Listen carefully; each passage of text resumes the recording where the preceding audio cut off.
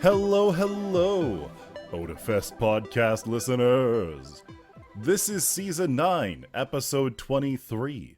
For real this time. Alberta Winds treated our community to a special event recently. Howl's Moving Orchestra sold out so fast, and we wanted to thank everybody who joined us to celebrate Joe Hisaishi's massive legacy at our pocket event. Put your singing skills to the test. Oda Factor submissions are now open. Apply at otafest.com/odafactor. And it's time. Our cosplay showcase and skit contests are now open.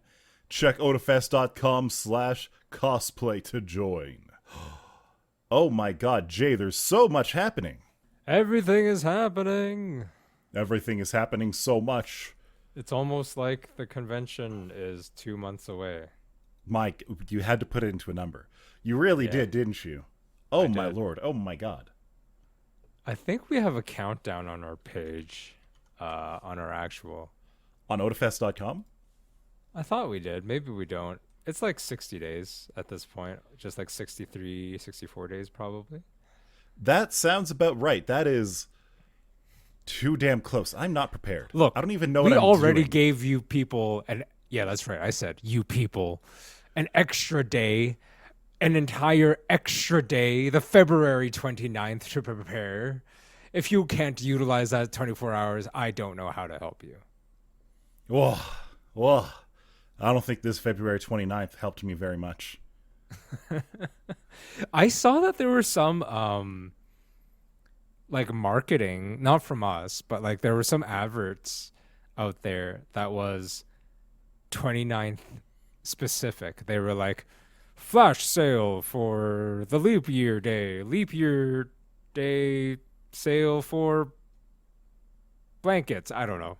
I'm just making up something, but I just saw it was something that they put, like, you know, I wouldn't say a lot of thought into, but they were like, hey, it comes around once every 4 years. Yeah, it sure does. And I mean, any reason to try to get people into a store, stores will use. yeah. Well, I just saw them online, but that makes a lot of sense. That's fair. Mhm. I don't know how, but having a February 29th somehow made it feel like I was losing time. I had a whole extra day. I technically got one 29th a better deal on my rent that month. And somehow it felt like the month was shorter. I don't understand. Yeah. It's interesting.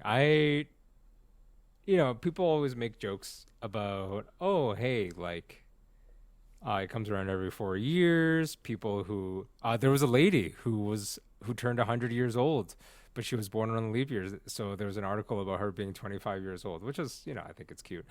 But That's hilarious. I really, like, what do you do with it? What do you actually do with a leap year day? Leap day. I keep on saying leap year day. Absolutely nothing. Yeah. It just feels like it's somehow, even though I think it was a weekday, right? Yeah, it was a weekday. It was I just feel like it's an extra day to procrastinate. Yeah. I don't put that much thought into them. I really don't. I don't think there's much to do about it. But speaking of like the advertising and the kind of, I don't know, extraness of it all, McDonald's did something very extra. McDonald's did something very extra, or should I say WcDonalds. WcDonalds. Home of Ronaldo Micronodo. Yeah. McDonald's is real. It is crazy. This meme that has been happening in anime for at least a decade. At least. And since the beginning of all time. Like, I remember seeing McDonald's in anime before Devil was a part-timer. Devil was a part-timer kind of solidified the meme, but it existed before even that. Oh, easily. And we've talked about it during our like anime preview episodes and stuff like that when we notice things. about like how you have SoMe or like basically other Macrosoft offers. Wangdings. Yeah, Monda. Yeah. I love those And fake brands. They're hilarious. yeah. And it's such a standout when you see a real life brand, like when we watched the racing car anime, and there was like, what was it? Mitsubishi, Honda, Yeah. all of them. I think there was some Toyota there. There was some Yokohama tires, I think. Mm-hmm. Like there was so many real life car brands. Mm-hmm. But so I'm actually looking at, and I didn't share this with you earlier. I should have. McDonald's, because this McDonald's thing, the weirdest part to me is that it's taking place in America. Like it's taking place in Japan too, but it's actually like multinational promotion, and there is an American website. What? What is the McDonald's isekai? Yes, what is because this? they have to explain. You have to understand. There's real normies out there, Angela. They're confused. They're scared. The boomers. They're weekly like exclusive anime and manga. You have to stay tuned. You have to download the McDonald's app for manga now. Holy moly! But you don't understand. There's Book people who Walker are got shit scared on that McDonald's. they've turned the M into a W, and they're like, oh my god, they're invading or something. We're scaring the boomers. Okay, so. There's an actual website. It's McDonalds.com. It's a US website that has this, what they're calling the McDonald's universe. And I don't want to get too much in the promotionary side of it because we're not here. McDonald's ain't sponsoring us. You know what I mean? And I mean, McDonald's is anime now. Maybe we can get them to sponsor us. Maybe. But like, the promotion that I've seen is that, so it's just a sauce. First of all, it's not a McRib. It's a sauce in a bag. It's not anything more than exactly what Angelo said. It's a dipping sauce. I think it's supposed to be spicy a little bit. It's a gingery soy sauce with some chili flakes in it. Cool. I watched one YouTube video to get an idea out of it. The first thing that showed up in Google, it was some bald guy. And he said it was disgusting. It was like putting soy sauce on chicken McNuggets. And I'm thinking, well, what's the problem with that? That sounds good. So I really distrust his analysis. Yeah, that sounds like Korean fried chicken. Because they always do soy sauce glaze. Hell yeah. And then there's a commemorative anime-style bag that it comes with. It looks like manga panels and stuff like that, I think. What's really funny to me as well is that on that website that I linked to Angelo just now to take a look, the art is like that of something that you would see from How to Draw Manga. Yes. like it is, I don't want to call it bad, but it's extremely dated anime style art. It's a choice. Yeah. You know what it reminds me of? Eons ago, there was this American cartoon. I think it was called Kappa Mikey. I've never heard of that. You're going to have to link me that. It was basically one of those cartoons that exists to poke fun at anime. You know what I'm talking about? Where they just lean into the tropes so hard that it stops being funny almost. It's the kind of thing where American cartoonists or American screenwriters or things like that just write off anime as being weird or different or whatever. And all of the jokes land on the same vein as Austin Powers, Gold member. I'm from Holland, isn't that weird? I see. I like gold, isn't that weird? I see. Yes, that is what the art style reminds me of. It is very, hello, fellow children. Anime is hip, isn't it? Here's some sparkles and speed lines. Interesting. Having that said, I actually dig the fucking character designs. I judge the art style, but the character designs are actually kind of great. For McDonald's or for for the McDonald's, for the WcDonalds characters. Yeah, well, it's interesting. They're clearly original characters do not steal. They've got the one guy who looks like Gallo in a vest. Oh, I thought he looked like, I don't know who Gallo is, but I thought the dude in blue reminds me he's out of Beyblade or something like that. All right. I am. Oh yeah, he kind of does look like Kai from Beyblade too. Yeah. There's the guy with the red hair and the purple hair, but he's got a char mask on, but it's black, so it's original character. Do not steal. Yeah. The Gundam machine fighting robot on the right, which is weird to me because they had a McDonald's Gundam, but they don't want that. Then there's like Mayor McCheese, but not Mayor McCheese. He's like Mayor McCheese's nephew. Kohai McCheese. It's very interesting. It's very strange. And they're all holding like energy balls and sparkles, and there are the aforementioned speed lines. It's just a strange crew, to be sure. I'm actually surprised there is no Donald de McDonald. Donald McDonald. That is one of the weirdest. I just said that it's weird that benign things being weird shouldn't be a thing. The silliest thing of Japanese McDonald's is Ronald McDonald. Apparently that is too difficult for Japanese people to say. So they call him Donald McDonald. Donaldo McDonaldo. I mean, that's like the Lululemon thing. Do you know about the Lululemon naming convention? No, I don't. So, I that don't know how much company? of it is urban myth. I don't know how much of it is urban myth, but it is. I've seen the rumor out there that the reason why Lululemon is named Lululemon is not because of any like tie to citrus lemons or health. It is because the owner of that company decided that he wanted to make a company name that was difficult to pronounce for the Japanese. But it's not. It's just Lululemon. Yeah, but that's not the actual name. So Japanese people don't care. Yeah, I don't think Japanese people cared either. If Japanese people cared, katakana pronunciation would not be a thing. Yeah. They give no shits what other people think. Yeah. Oh, I'm looking at the Kappa Mikey image you sent. My God.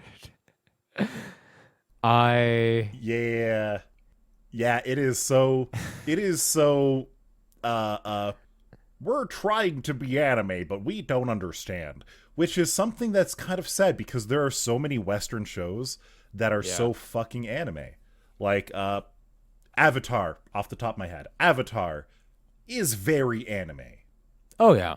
Wakfu, French cartoon, so not exactly North American, but Wakfu is very anime. Mm-hmm. Cyber 6, we were talking about this 2 episodes. Cyber 6 is very anime. I was wondering if you were going to bring up Cyber 6. I was like, hell yeah, I fucking love definitely Cyber 6. Hell yeah. And other shows just don't get it. Like Kappa Mikey, and then someone makes for an obvious choice with this whole Kappa Mikey thing, which I've never heard of before, honestly. But like with any production, right? It's not just the artists that are doing it. It's not just the storyboarders, the writers. There's producers. There's directors. There's a board of directors for the actual company that is about to make this show. It passed all these filters. And then they were like, I'm employing people to make Kappa Mikey. Yep. And push it out to the people. That's what you gotta love it. Megas XLR was anime as fuck. I feel like that one is a little bit close to the edge. Do you remember Megas XLR? That sounds familiar, but I know I definitely never watched it. It was a guy who got a giant robot, fell from the stars, and he put a car on it. Okay. Yeah. The opening is amazing. It's fantastic. If you have not watched Megas XLR, you owe it to yourself to watch at least the first episode. Oh, but we're getting a little bit ahead of ourselves. Yes. Netflix did a thing, didn't they? Yeah, they introduced the Blue Man Group, but as live action. Oh wait, no, that's not right. No, I watched the Avatar live action. I haven't finished it yet. I don't know. It's likely I'll finish it unless it takes a really bad turn or something like that. Is it sunk Um, cost fallacy? Are you being held hostage? Blink thrice if held hostage. So I recently, I'm gonna go back a little bit here. I only watched Avatar: Last Airbender. I didn't watch Korra, and when I watched the Last Airbender series, I watched it during COVID, and for the very first time. So I have a fairly fresh Yeah, you've recollection, got a it fresh being about three, recollection. 4 years ago. Yeah, like I was at a point where I was like, I'll just watch anything. Could use some new content, whatever. People have been harping on, Avatar for a long time. I want to see what it's about. And I think I mentioned it before on podcasts where I didn't hate The Last Airbender, but I was already a 30-year-old man when I watched it. Okay. It's still mostly for a kid's audience. Yes, there are some Yeah. more mature themes. It's made for but like teenage audiences. exactly. Like I'm Like the thinking 13 to 14-year-olds. 18-year-olds. Exactly. There's nothing wrong with that. But that's just directed audience, right? Yeah. But that being said, I recall a lot of the story fairly well, and I had to give a lot of props to the live action team, but it's not surprising in a sense. But they're quite spot on. Like they're quite spot on with the casting. I have to say, from what I've seen so far, I've seen Zuko, obviously Aang and Katara, and the Boomerang Kid, and they fit their characters quite well. The world that they've built looks pretty good through the help of gratuitous CGI. Um, and there's just like, I don't know, like a lot of loyalty to the script, a lot of loyalty to the feel. Seeing the CGI for the air bison, flying bison, wind bison. Appa? I don't remember, but yeah, Appa and Momo, the little flying monkey dude, they look good. All right. Like I don't have a Actually problem have with not looked into Netflix Avatar at all. After the disaster that was M Night Shamalan Avatar, I just swore off. I swore off all live action Avatar. He's like, It's never, unnecessary. they'll never hurt me this way again, he says. um, but yeah, like Avatar was. It was a fun show to watch as a cartoon. I would say there's definitely an escalation of like, I can't really call it nostalgia for me. I think it's a good standalone show to watch. Like I think this boosts the intended viewership rating up to like into your early 20s or something like that because there's a lot more because it's live action. It's a little bit more gripping, All right. at least to me. I don't know. I don't know. I think you're the I haven't first looked person. at online. I understand you're only in the first 3 episodes. I think you're the first Yeah. person to say positive things about it.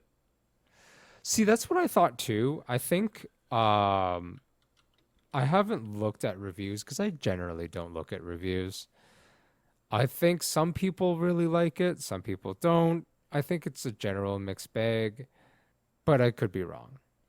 The largest complaints that I find so far are that Netflix is trying to fit way too much content into, what is it, 8 episodes total? I have no idea. I haven't even looked at how many episodes there are. And that is something that kills, absolutely kills series when the pacing is too fast. This is actually a problem with a lot of video game movies, if you catch my drift there.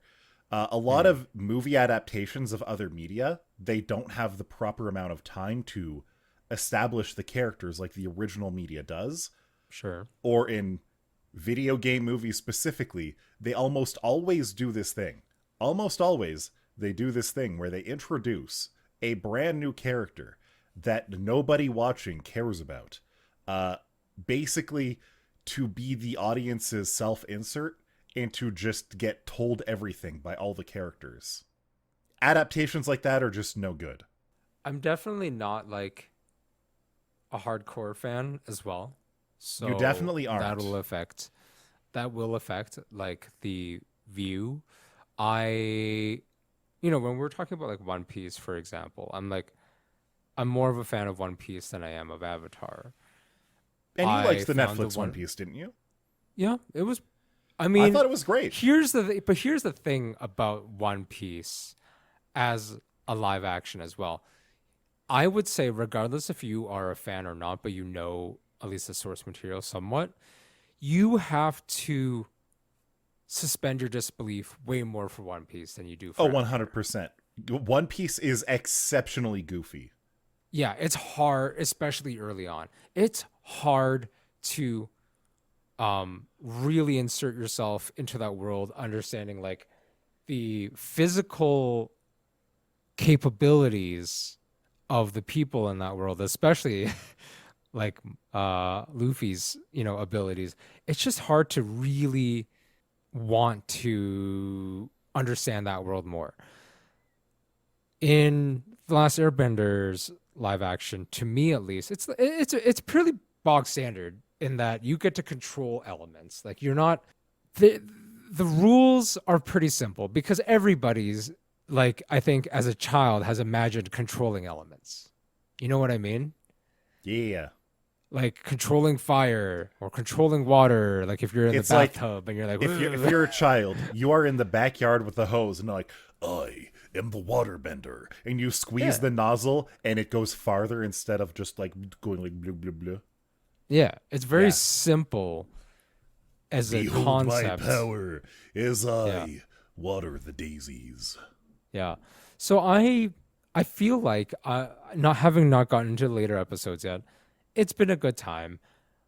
I'm going to go ahead and say that if anything, if people who don't like it, it suffers from the exact same syndrome as Star Wars, which is this content is for children.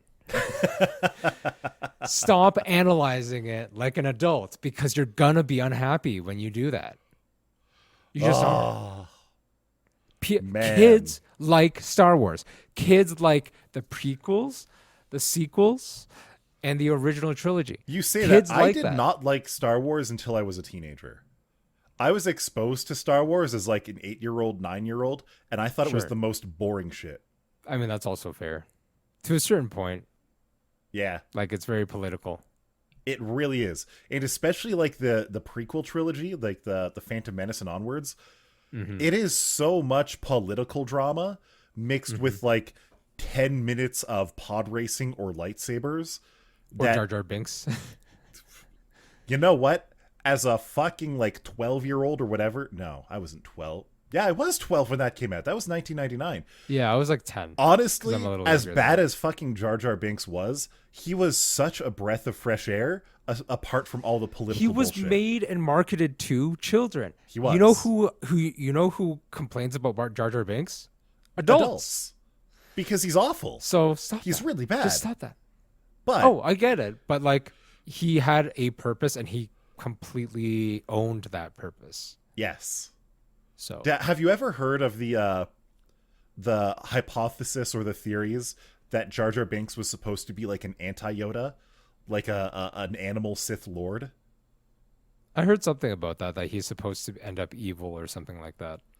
Like, he definitely got used by Palpatine. He absolutely got exploited.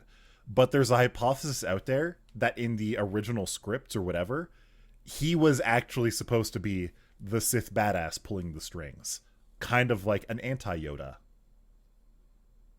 That'd be interesting, but I don't know if it's really... I don't think they would do that just because, again, there's already a lot of political intrigue and whatnot. The kids don't need it. The kids just wanted a mascot and some lightsabers. And they still do. I still think pod racing is awesome. Pod racing is, oh, dude. Did you ever play the N64 pod racing game? I was just about to say for the games, but there's two versions. Both the arcade version and the N64 home console version You think were there's amazing. only two because versions? in the You never theater, played the Game Boy version. in the theater, okay, I don't know about that one, but in the theater where you could play the arcade version, you got to sit in the pod. Oh, hell And you yeah. had the control schematic of the pod, so you had like the left and right thruster thing. That was amazing. When you are That sounds again awesome. like 12 years old, you're like, pew, you're like, and then you hit the nitro boosters, and that's great.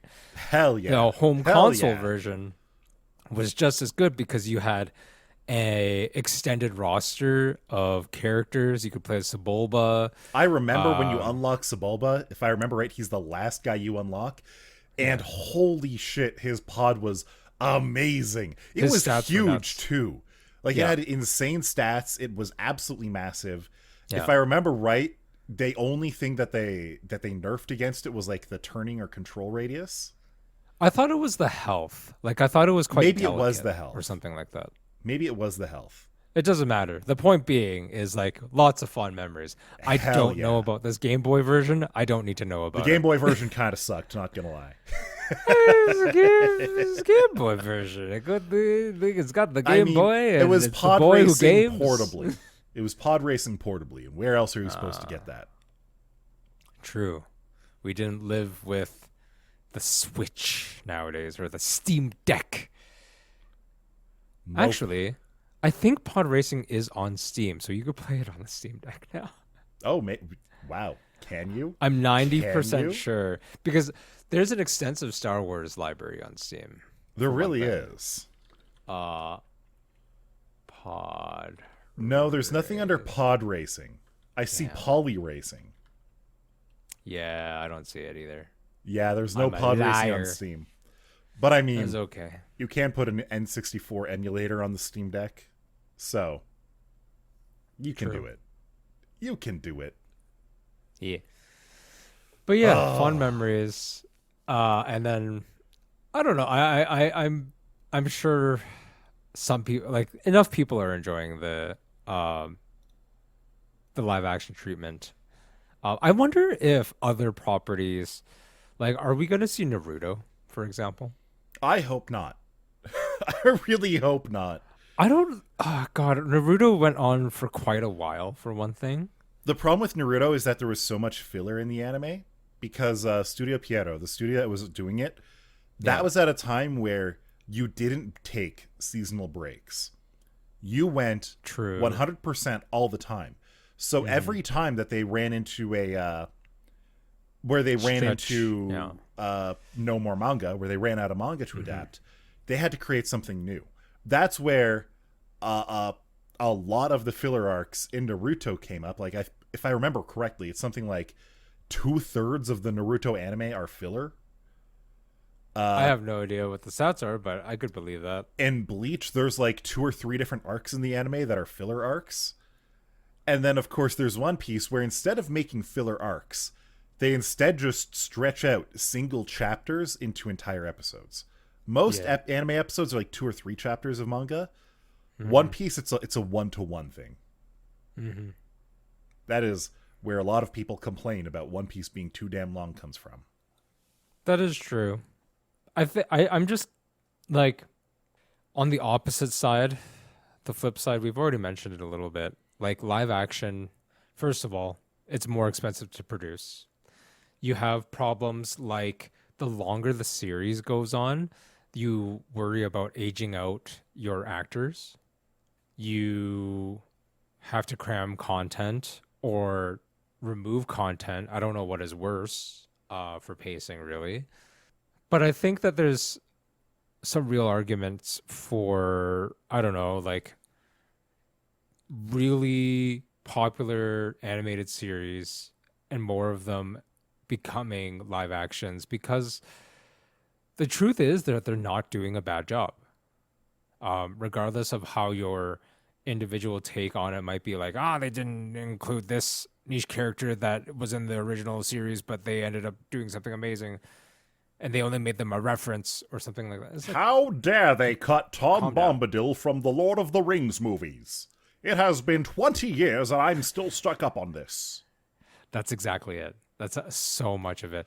But even as like I don't want to call a hardcore Lord of the Rings fan because there's people who are way more hardcore. But like the truth is that Tom Bombadil doesn't have to exist in that world. It just doesn't make sense. It really is. The reality is, Tom Bombadil could have defeated Sauron. He's that powerful. He doesn't belong in the story. Exactly. Yeah, He didn't want to. He doesn't want to. He has no desire to interfere. Like, as far as content to cut from The Lord of the Rings, Tom Bombadil is the correct material to cut. He even states it in the book where basically they ask him, like, can you take, or they don't ask him to take the ring, but they consult Gandalf on why. See, I am a Lord of the Rings nerd. They consult Gandalf at one point about why Tom Bombadil wouldn't or shouldn't take the ring, essentially. And Gandalf basically gives the answer for the justification of why he needs to be removed from the like movie trilogy, which is he doesn't care. Yeah, he don't give a fuck. He would lose. He would take it. He would lose it. You could, if you convince him. Yeah, if you would convince him to take it, he would lose it because he just doesn't care. Yeah. And I'm like, yeah, okay. Yep. For real. Anyway, that's the nerdy. That's the true nerdiness. People don't know. I think I really portray myself as someone who isn't as Not nerdy, gonna lie, but I think that I have surprised me. tools. I didn't have realize tools. that you were a Lord of the Rings nerd too. I grew up.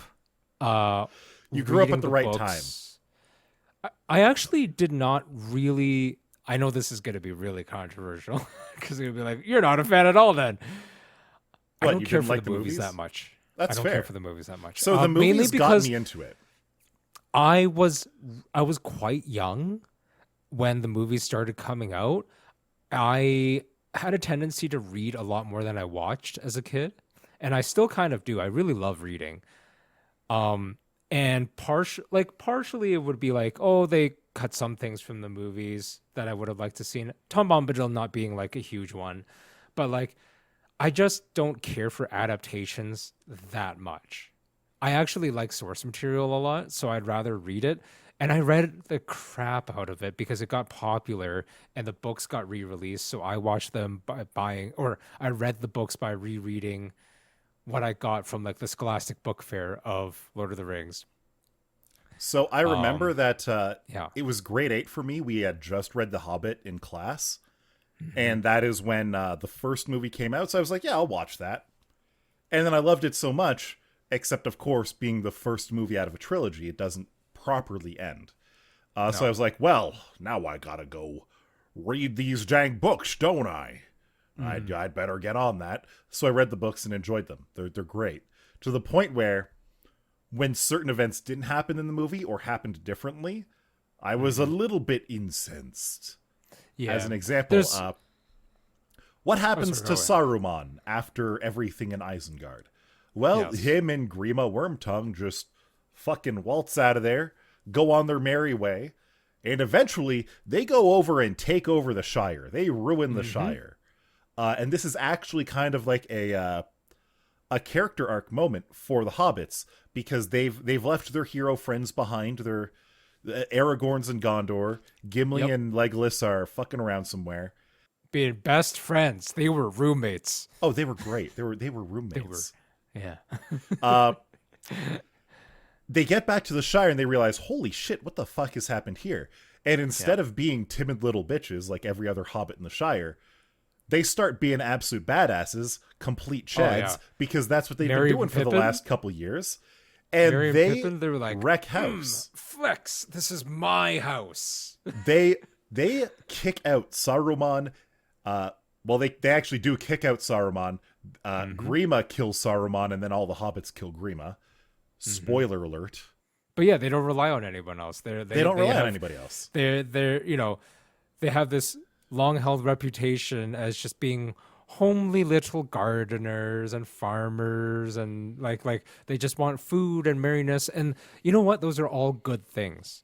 But it does show that sometimes you cannot just have those things. That is not the way of the world.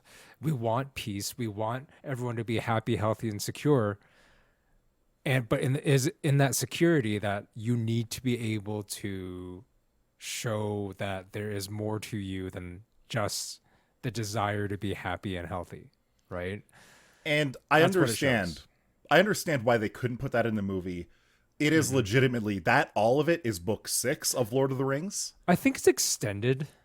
I think it's in the extended what they did. cut. No, in the extended cut, what they did something of a nod to that, where in Isengard, Grima actually stabs Saruman at the top of the Tower of Isengard, and then both of them fall down, and that's how Grima dies too. So they basically cut the entire arc from being a possibility that could happen. But they at least they gave the nod to the readers. Yeah, they addressed that idea that Saruman is not just out and about and lurking. You know what I mean? They give some closure to that idea. I would also point out the thing about when I said, like, I don't care about adaptations, or I'm not a huge fan of the Lord of the Rings book or movies. Oh my God. I was fairly young for those long ass movies. You know, like it's tough. It's tough. Yeah, 3-hour movies are 12. Like I would rather watch or play like a Pokemon game or a movie or something. But you're asking me to watch what is essentially a very political movie as a child. I'm not that person. I'm still not that person. Oh yeah.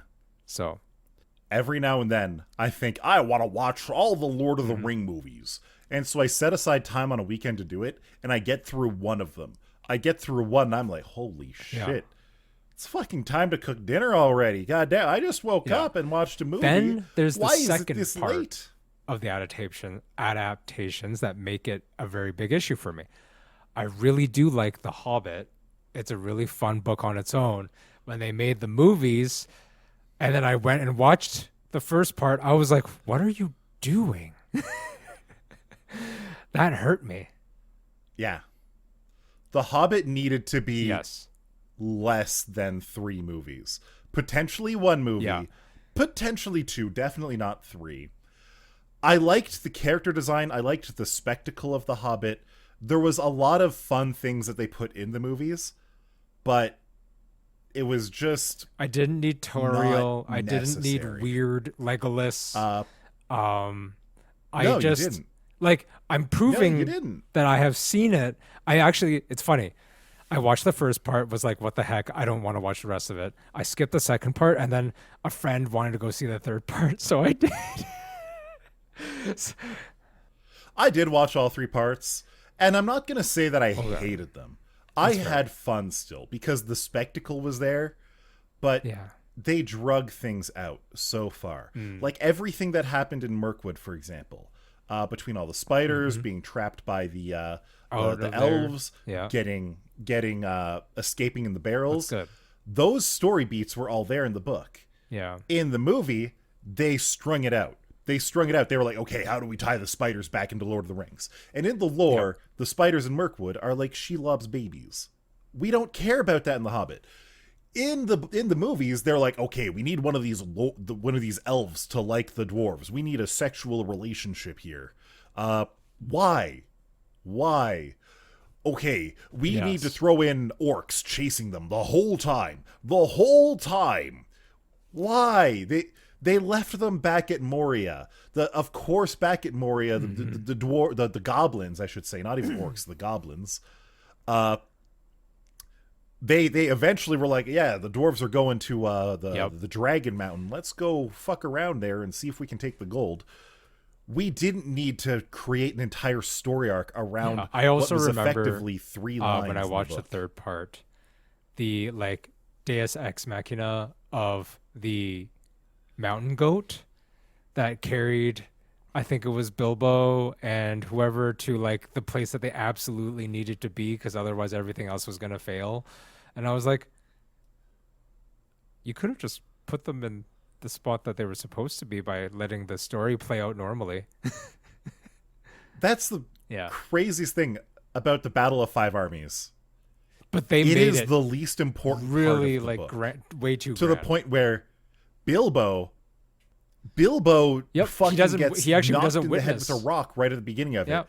it. Passes out and sees none of it. Yep. He wakes up and is like, "Wait a minute, And Thorin's don't dead?" get me like let's be honest. When you say that out loud, Like, it doesn't make for a good movie. the spectacle was fun. Your main character, if you're watching from their perspective, It doesn't that make for a good you movie. as the audience always. Yeah. The spectacle of it was fun, but it was not necessary, not in the story. It was explicitly added to pad out time and make it I guess profitable, a trilogy. Yeah, perhaps, because that's got to be a big part of it. I get it. I do. I just don't have to like it. But you know what? I'm also not going to. Yes. Like I always say this. I always say this about sequels, whether it's video games or adaptations, whether it's movies or TV series. If you don't like it, it's okay. You have the source material. I, being a collector of very few things, as many people know, I have a very nice hardcover set of The Hobbit and The Lord of the Rings. And they're all just over there, and I'm going to read them. And I'm going to enjoy them. Have you ever opened them? Books. Yeah, not like DVDs. Although I heard books, Blu-rays are coming books. back. Okay. Did you hear about that? Yes. Because people are tired of streaming services, my guy. Really? Like, that's how bad the whole streaming service and cable networking that they have become. Blu-rays and I think some DVDs are coming back. The values are going up in the market apparently for them. Whereas you could have picked them up for like $2 like 2 months ago. I don't know. For real. God damn. But you know what? If I don't like something, if I don't like a piece of media, I can't let that be. I have to go and lay off the entire wing of the company. There's a whole thing. I'm the CEO of PlayStation, To be clear, it's not and I'm Sony. We're laying talking about off PlayStation everybody. division.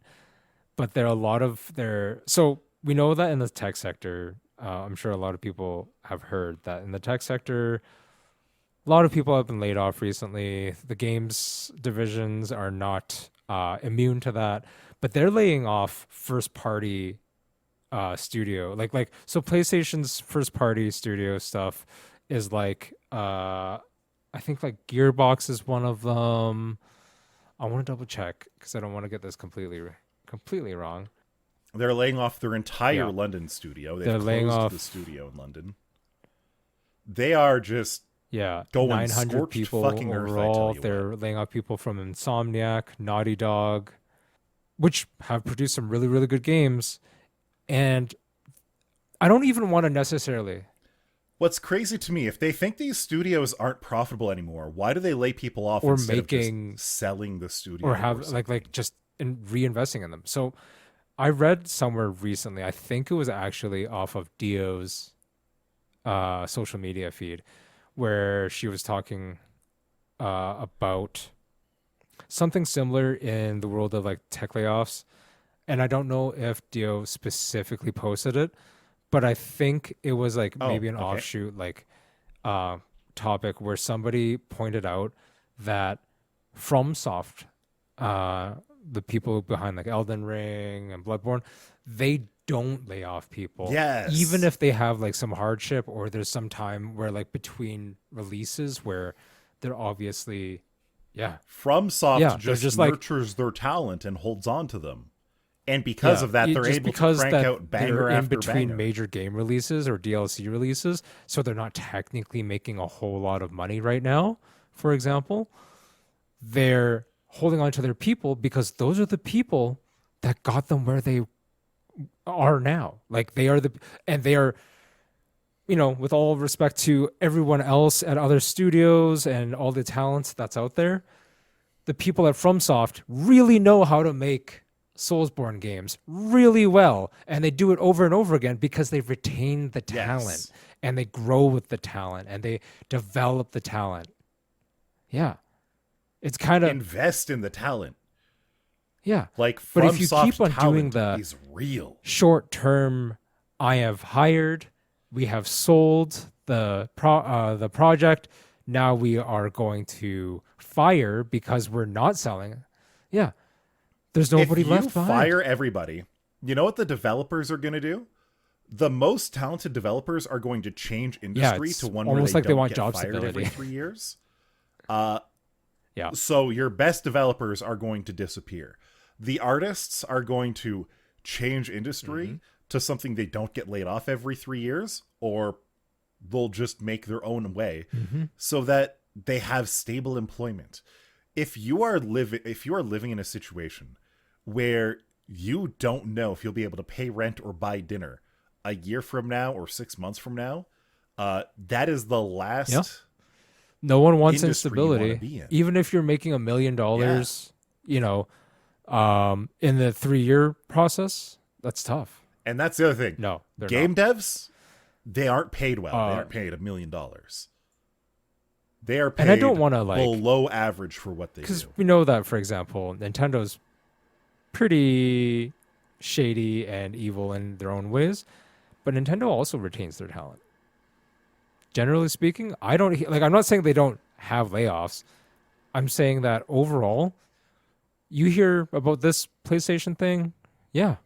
I don't hear about Nintendo doing that to their first party develops. Well, it was a big Back in the thing day, yes. where Iwata and Miyamoto both took pay cuts. Yes, during to I think it was the avoid laying Wii off U, people in the company. where it didn't perform well, and that you know, makes sense. rest in peace, Satoru Iwata. Yeah, he was Iwata the CEO, was a and good he was dude. like, instead of firing people, this is my problem that the company isn't meeting expectations. I approve these things. These are the people under me. I don't want the people under me to suffer. So I'll suffer because I'm already, let's be honest, he's well off, right? But he's also like, we have to retain talent. That's the truth of it. If you don't retain talent, what do? You're literally admitting that you're willing to make a worse product. You're willing to cut corners. I want to believe that everybody who got laid off from PlayStation are going to go off and be direct competitors to PlayStation and Sony. I want them to go and make Sony and That happens PlayStation's so lives often. more And, difficult. in all sorts of industries. Oh, it does. Yeah. That is how Activision became a thing. Activision exists because a bunch of Atari employees were like, this place sucks, we're leaving. And then they left and made Activision. Yes. That's and how started Lamborghini taking is Atari's lunch. made. Because Yeah, because Yes. Lamborghini was like, oh, I'm a tractor man, and these Ferrari cars are kind of bad. And then Ferrari was like, Mr. Lamborghini, you make it a tractor, you don't make it a car. I'm Italian, I can make these stupid accents. And Mr. Lamborghini I'll was like, show oh, you. you think I make it a tractor, not to I'll make make it it a a car? car. I make it a car better than you. Exactly. and then he did. I make it a car. Like, And then he did. Given the option, yeah, I'd rather but I have the love tractor that than the car. in human personally. history, especially when it comes to like competition. Yes, spite is a great Spite is the fuel. most powerful You gotta love competitive it. factor. Now, I spite thee, dear listener. I bet you won't be here next week. I bet you listening won't our listen next to episode 23 Mwah. because you've already listened to an episode 23. Ah!